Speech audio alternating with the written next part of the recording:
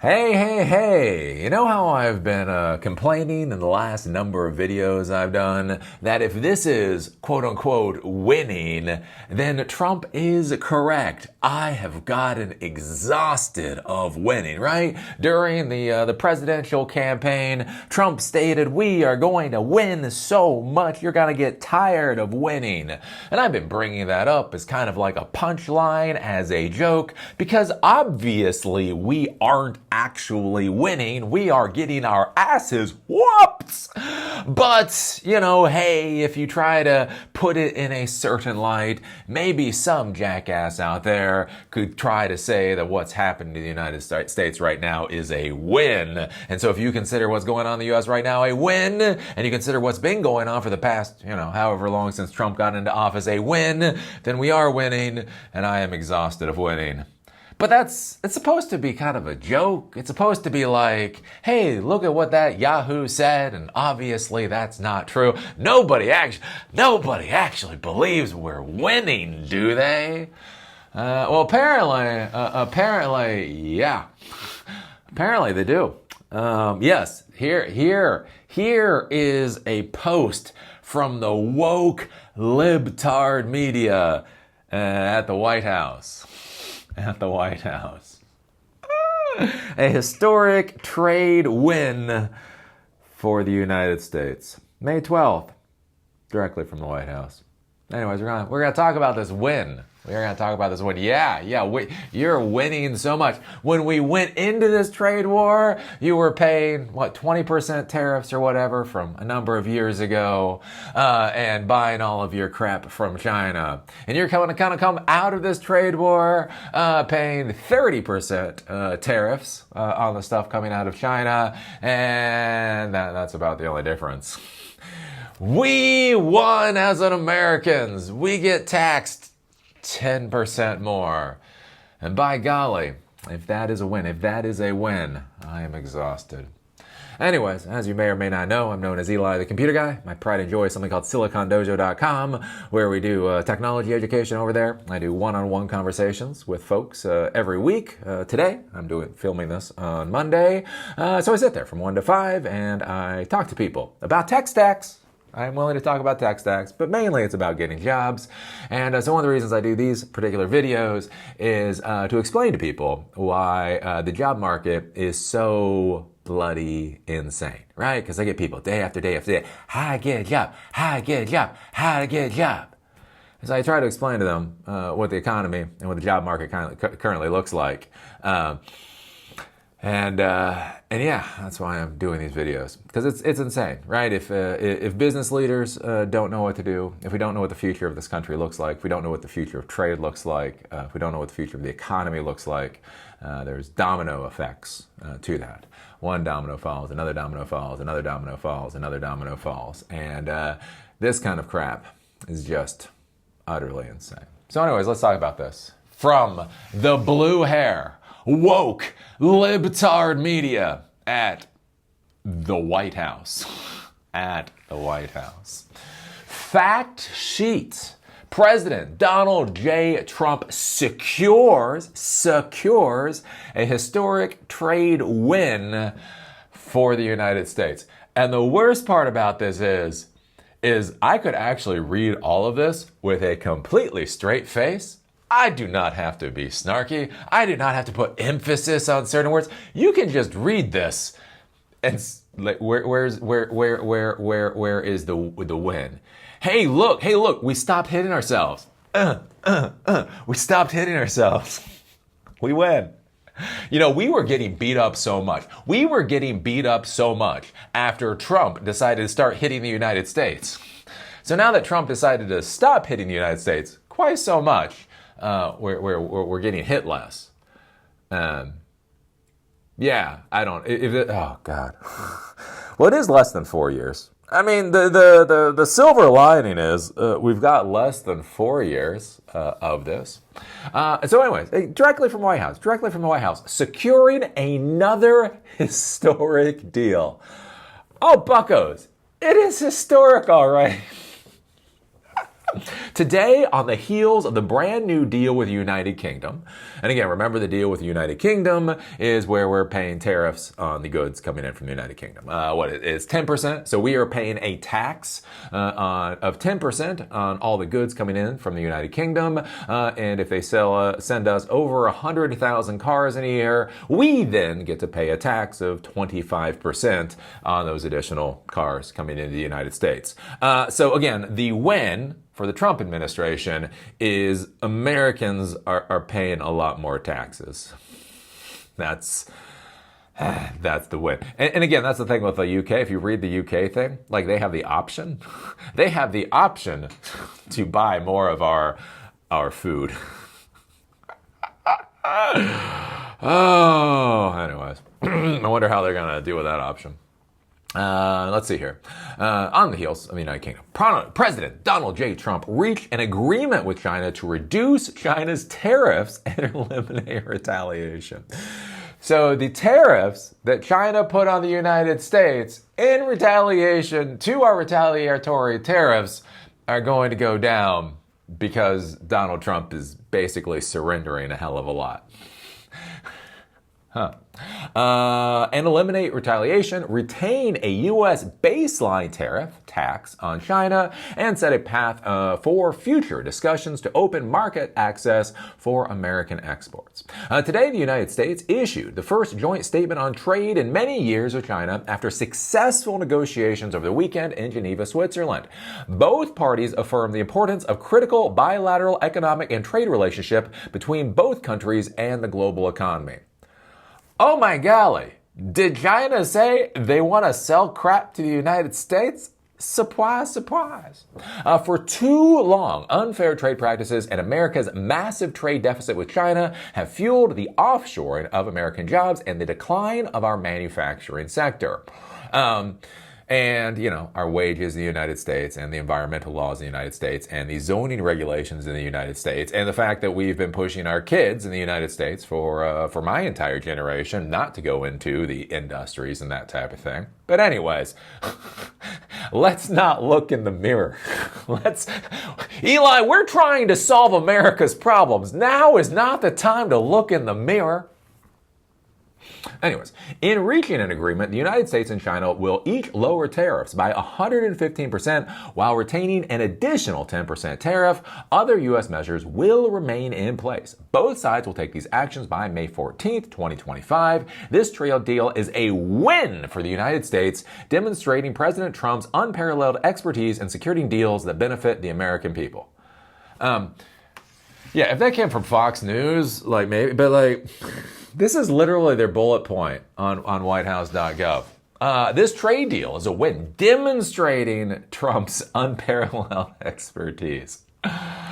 It's unparalleled, all right. Chinese actions. China will remove the retaliatory tariffs it announced since April 4th, 2025, and will also suspend or remove the non-tariff countermeasures taken against the United States since April 2nd, 2025. China will also suspend its initial 34% tariff on the United States it announced on April 4th, 2025 for 90 days, but will retain a 10% tariff during the period of the pause. So basically, we went into this where the Chinese were not paying tariffs on our goods. They put retaliatory tariffs on us because we put the retaliatory tariffs on them. Anyways, and so those retaliatory tariffs are going away, but there's still going to be a 10% tariff. So at the end of the day, the win for Trump is that the Chinese people are going to be paying 10% in taxes for American goods that are shipped there. Wow. American actions. The United States will remove the additional tariffs it imposed on China on April 8th and April 9th, but will retain all duties imposed on China prior to April 2nd, 2025, including Section 301 tariffs, Section 232 tariffs, tariffs imposed in response to the fentanyl national emergency invoked pursuant to the International Emergency Economic Powers Act, and most favored nation tariffs. The United States will suspend its 34% reciprocal tariff imposed on April 2nd for 90 days, but retain a 10% tariff during the period of the pause. And so as I understand here, there was a 20% tariff that was put on because of the fentanyl crisis. Again, let's Let's not deal with rehabilitating Americans. Let's not deal with figuring out why Americans are so desperate to lose themselves into drugs.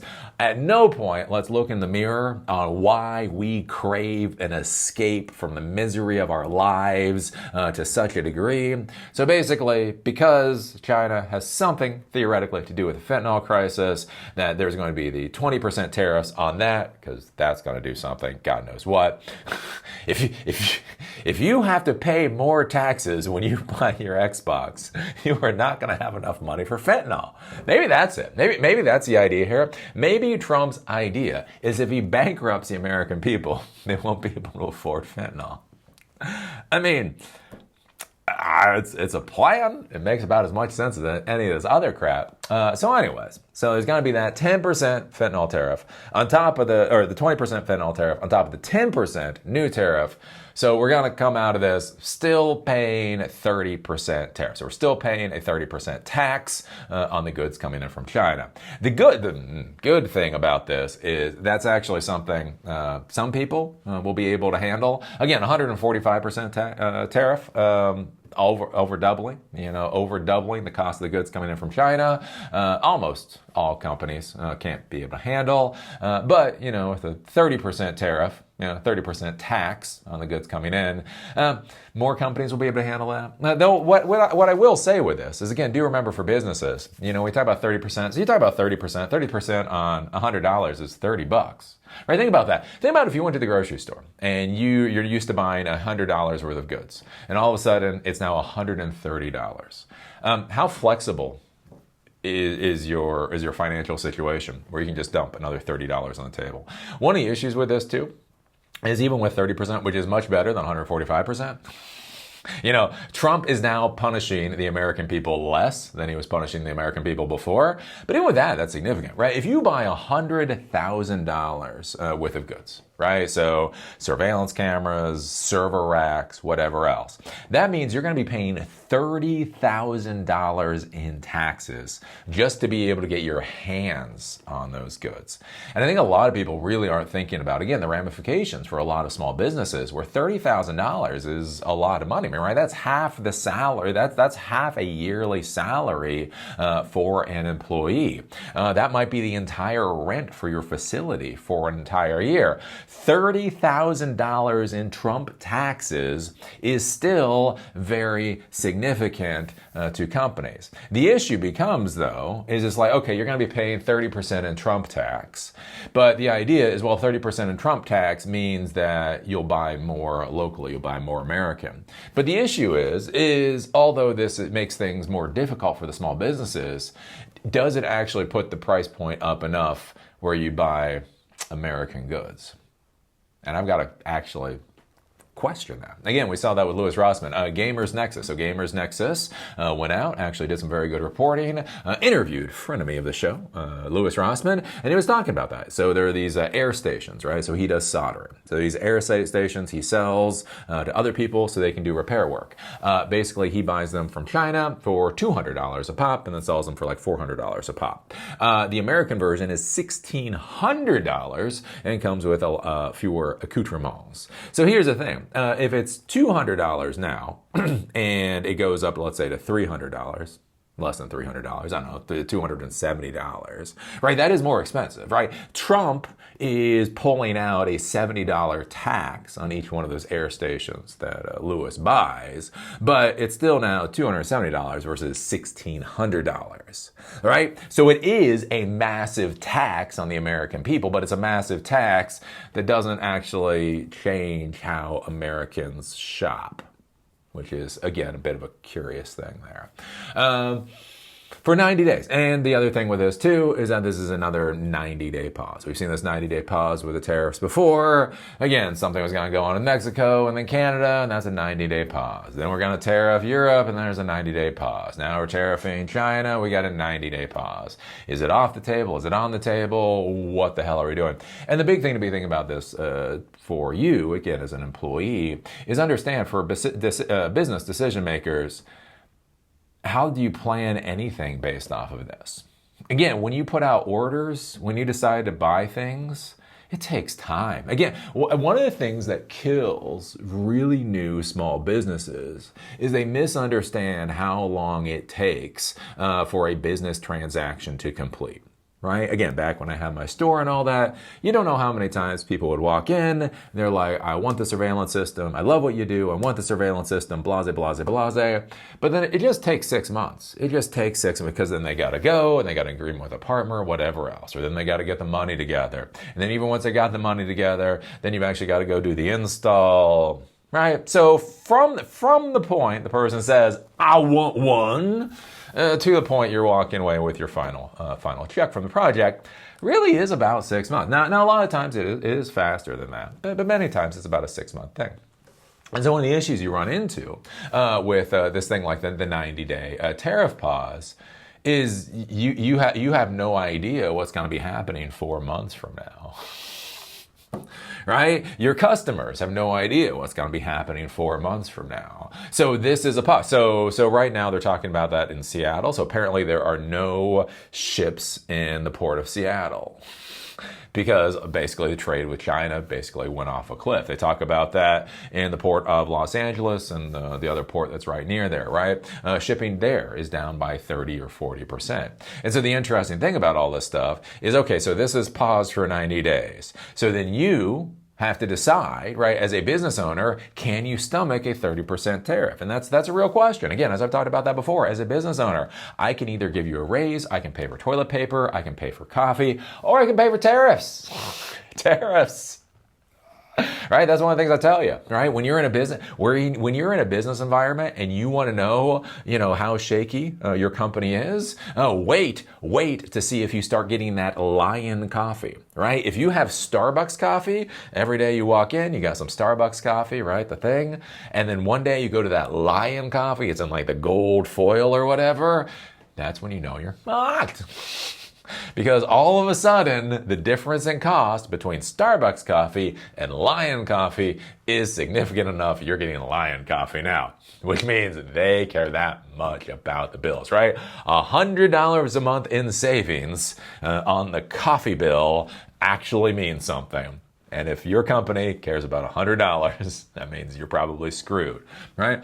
But the thing is, right, think about this in this particular environment now, right? You still have to pay 30% more on tariffs. You have no idea what the tariffs are going to look like in 91 days from now. You're not really sure what's going on with the larger economic environment. And so how comfortable do you think business owners feel right at this period of time? Do you think they see this as a win? Do you think they're like, yeah, I get to pay more taxes for an indefinite period of time? Or are they like, well, 30% is better than 145%, which is true. Thank God Trump is only punching us in the face now as business owners. I mean, he was punching us in the ball sack for about the past 2 months. So only getting punched in the face is kind of nice. The 10% tax tariff continues to set a fair baseline that Americans should pay that encourages domestic production. Does it? Seriously, does it? Strengthens our supply chains and ensures that American trade policy supports American workers first instead of undercutting them. How does it do that? Again, Ford has complained about this. Ford is the largest manufacturer in the United States. Again, everything nowadays is basically assembly. You're assembling parts, right? You're not manufacturing computers, you're assembling computers. You're not manufacturing cars, you're assembling cars. So here's the thing. Think about all those components that are coming from all over the world.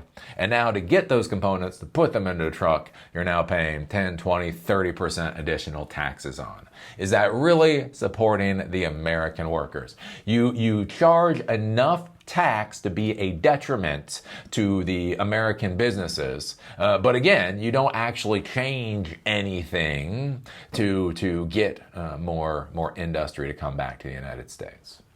By imposing reciprocal tariffs, President Trump is ensuring our trade policy works for the American economy. How so? Addresses our national emergency brought on by our growing and persistent trade deficit. No, we have less money. You are now poorer Ergo, you can't buy as much from China. Again, that's one of the things I talk about with equality. You always got to be careful about equality. Again, I talk about that. Black Lives Matter. Again, BLSM. Black lives should matter. Should, don't, but they should.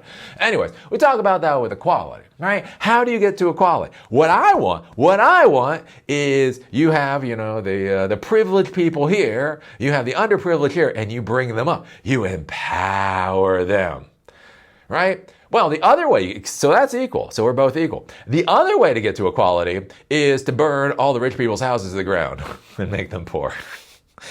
Right? That's another way to get to equality. You're both equal. You can be equal here, and you can be both of these things are equal. Or you can bring some people up and you can bring some people down. And again, you're going to get into a whole bunch of disaster that way. Again, on aggregate, things are more equal. So again, you always have to be careful when you talk about these kinds of things. So here's the thing. If you want to bring down the trade deficit, as a point of math, if you make Americans poorer, they will buy less from China. Ergo, less of a trade deficit. Is that what we're going for? Is that what the win looks like? Unlike previous administrations, President Trump took a tough, uncompromising stance on China to protect American interests and stop unfair trade practices. Uncompromising stance on China? You knew 145% tariffs were unsustainable. You stated 145% tariffs were unsustainable from our side. You buckled. China has basically given us nothing. Again, we come out of this paying more taxes. Trump's win is American people paying more taxes. That is his uncompromising stance. Poor people need to pay more into the society, and rich people need to be able to buy more yachts. Working towards a rebalancing. When these changes come into effect, both nations agreed to establish a mechanism to continue important discussions about trade and economics. The U.S. goods trade deficit with China was $295.4 billion in 2024, the largest with any trading partner. Today's agreement works towards addressing these imbalances to deliver real, lasting benefits to American workers, farmers, and businesses. How so? We're coming to the end of this. There's not much more to this thing, right? As our nations continue these discussions, China will be represented by He Lefeng, Vice Premier of the State Council. The United States will be represented by Scott Bessent, Secretary of Treasury, and Jameson Gear, United States Trade Representative. Addressing the fentanyl crisis, final thing, the United States and China will take aggressive actions to stem the flow of fentanyl and other precursors from China to illicit drug producers in North America. So yeah, boys and girls. I didn't paraphrase. That'd be it. That's it. The uncompromising stance that got us this win. So yeah, there you go. Directly from the blue hair woke-tards at the White House. Trying to prove how dumb our current president actually is. And the issue is, again, beyond the snark, beyond the insults, the senile old loser that's in the White House that thinks this is a win, right? He is so senile, he literally considers this a win. Come on, boys and girls. The issue is that this does nothing for American businesses. Again, American businesses are still saddled with a 30% tax. Again, there's questions here too with the tariffs. Again, what about the steel tariffs? What about the aluminum tariffs? Anything else? How do those stack? The whole 9 yards. Again, that's the whole thing with the stacking tariffs. You got the fentanyl tariffs, and you got the 10% tariffs, and you got a steel tariff, and you got an aluminum tariff, right? How all they get stacked out. And so the issue is, again, for any businesses out there, basically you come out of this and you just have a much larger tax than you had to deal with, 100 days ago, plus 100 days ago. And beyond that, again, this is a pause for 90 days. So it's not even simply that you have a higher tax than you did 100 days ago now, but you really don't know how long this is going to last for. And so then the question becomes is, what do you do as a business owner, right? You know, it's business and the economy is as much about vibes as anything else. So, you know, I talked about this years ago, right? You know, I was a DECA, Distributed Education Clubs of America, so I used to compete. I used to do entrepreneurship, competed in entrepreneurship back in the day.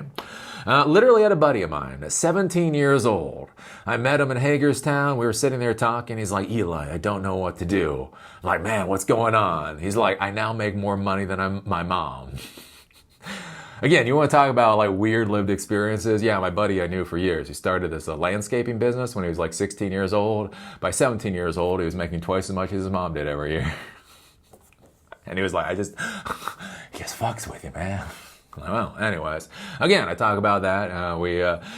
There was a legislator there, I don't know, senator, something like that, came to speak to us. Again, I poke people because that's what I do for a living. And I was like, just trying to get information out of them. And then I was asking about George Bush back in the first George Bush back in the 90s. And I was asking why he was so stupid, right? It's the economy stupid was the tagline. One of the reasons that Bill Clinton won the election, right? We were in a recession. Bush kept saying that basically the economy was fine. Everybody knew the economy wasn't fine. And that's why we said it was the economy stupid. And so one of the things this senator said is he said, well, look, right? You know, if you think we're in a recession, what are you going to do, young man? And I was like, save my money. He's like, yeah, well, you're competing in entrepreneurship. If you save your money, are you buying things? No. Okay, well, if you're a business owner, and, all of your customers start saving their money, how are you going to pay their rent? How are you going to pay for employees? How are you going to pay for stock? How are you going to pay for those things, right? Because if people think they're going into bad economic times, the first thing they do is they stop spending money, they start saving money. The more people save, the worse it is for the economy. Again, one of the screwed up parts with our system, right? Literally trying to do the right thing can make everything a hell of a lot worse, right? And so his point was with Bush is that he was trying to say that the economy was fine, so people would think the economy was fine, so that they would keep spending money, ergo the economy would be fine. Nobody believed him. Nobody believed him, and so he went into a recession.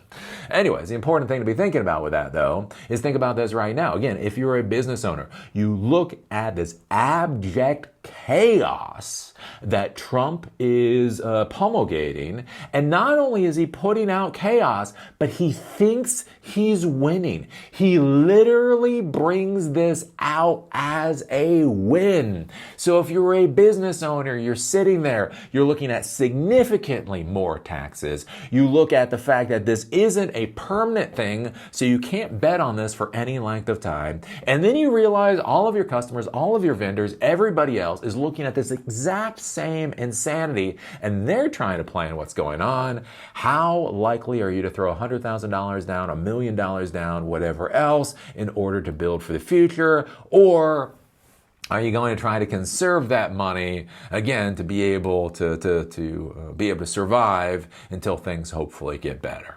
Again, if you're thinking about hiring a part-time employee to take over a little bit of work, well, it's time not to hire a part-time employee. You look at your employees, and your employees are happy, right? You have all these wonderful, happy employees because they know what a loving, great boss you are. Well, buckos, a couple of you are going to go, and the rest of you are going to be a little mad about your boss for a while. Because if you're worried about the future, it is easier to fire people now. Get rid of people now versus get rid of people later. Again, are you going to sign a lease for 5 or 10 years when you're not sure what's going to be happening? Again, 90 days into the future. And this is where you start to get the contraction. The thing is, think about this contraction on an individual business level. And then think about this as a contraction at scale as more and more businesses try to figure out how to deal with this insane economic environment. And then that's where I say for you as a technology employee, you're in the middle of all this. And so it is vital to you as a technology employee to be showing that you bring value to the company. Right? This whole thing of I come in, I punch the clock, right? I do JavaScript and that's it.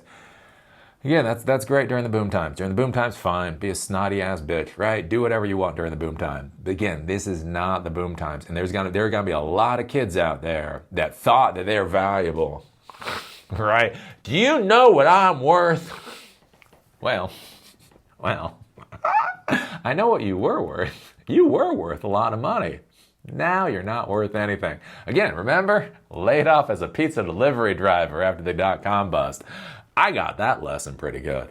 So anyways, that's one of the things to be thinking about with these businesses is making sure that you actually show value to your managers, to the bosses, to the rest of the company, trying to position yourself in the company. Again, where are the moonshots? Where are the cool, sexy moonshots everybody want to be at? And where's the vital stuff? Where is the plumbing for the company? Again, making sure your skill sets are up to snuff. If you've only been doing one framework or one programming language, good time to add another programming language in there. So it's like, oh, we need fewer JavaScript developers. Oh, too bad for them. I was boning up on C#. I know C# too, right? Again, if I'm sitting there, I've got 5 employees, right? I've got 5 employees and they're all JavaScript developers. JavaScript, right? 1 or 2 of them gotta go. Maybe 4 of them gotta go. Which one?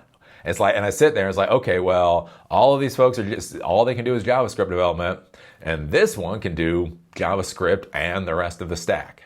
Okay, fire the rest of them, right?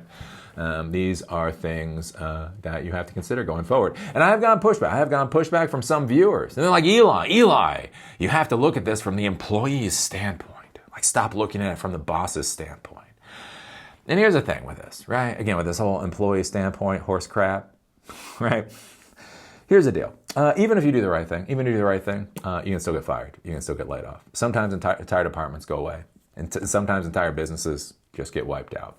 The thing is again, as I argue for, is you optimize for luck. Within a situation, you try to position yourself so that you will come out of the situation in the best position possible. That doesn't mean you might not still get laid off. Doesn't mean the entire company may still fall apart. But you try, right? And if you do that, again, over an entire career, you'll be surprised how much further you get. The other thing to be thinking about, too, is, again, even if you do the right stuff, right? It's like, okay, you're a JavaScript developer, so you learn C# or you learn something else, and you still get fired. Remember, that's something else that you can now put on your resume. And when you go out there to get a job, and somebody sees that you have both JavaScript and C# or JavaScript and, right, that might be the thing to put you over the top. Again, one of the curious things that I see out of the modern era of technology professionals is how lazy you are. You motherfuckers are lazy, right? I'm not saying you don't work, right? You might work a lot because you don't have lives. You don't have life. You don't have spouses. You don't have families. You don't have church. You don't have community. I'm not saying you don't work 12 hours a day. But again, the issue you get to is, do you work 12 hours a day because you're working hard? Do you work 12 hours a day because you have nothing else in your life to do? Two different things. And one of the issues that I see, again, with a whole generation of tech professionals is, again, they learn a stack. They learn like the JavaScript stack. And by God, that's all they know. And it's weird, right? So if all you know is a JavaScript stack for like 2 years, again, you should learn more, but I get it. 3 years, 4 years, come on now, you really should learn more. But you got a lot of these folks, right? They've been doing this stuff for 10 years. They've been doing this stuff for 10 years. What do you know? React and React and React. Oh God, you've been doing this shit for a decade and basically all you know is React? I think about that with, there was an interview that was done years ago with somebody who worked for Cisco, and I brought this up before. And basically, they're talking about this with resumes, and they said, do you have 10 years experience, or do you have 1 year experience 10 times? Those are two entirely different things, right? And so one of the things to look at your own life, look at your own career. You have 5 years in the field, you have 10 years in the field. But do you have that many years of experience? And so be considering that for A, keeping your job, or B, finding another job once your ass gets laid off. So anyways, there you go. Some things to ponder, some things to think about after this historic win. A historic win for Donald Trump and the United States. We finally got that senile old loser to stop punching us in the balls. Now he's only going to be punching us in the face. I mean, it's better, I suppose. It's better. So anyways, put your thoughts down below. Put your thoughts down below on what you think about this whole thing. Is this a win? Is this a historic win? Do you see this changing how your business operates other than it has less money? Like, your business is going to change how it operates because you're paying a 30% tax and everything coming in from China. So that will change things. But in any way, shape, or form, does this actually change your suppliers or anything else? Or literally, is it only a tax? How do you feel about this? Again, another delay for 90 days, right? Tariff policy, trade policy is supposed to be created by Congress, right? Again, Trump has taken that power that Congress has essentially relinquished to him so that one person is now in control of it. And now, again, we're not getting, trade pacts or whatever that are going to last years. This is going to last 90 days. Again, as a business owner, how do you feel about a policy like this that's literally here for 3 months? And after that, we have no idea what's going to happen next. Do you feel comfortable writing a $100,000 check, $1 million check, pushing your business into the future right now? I don't know. Put your thoughts down below. See y'all later.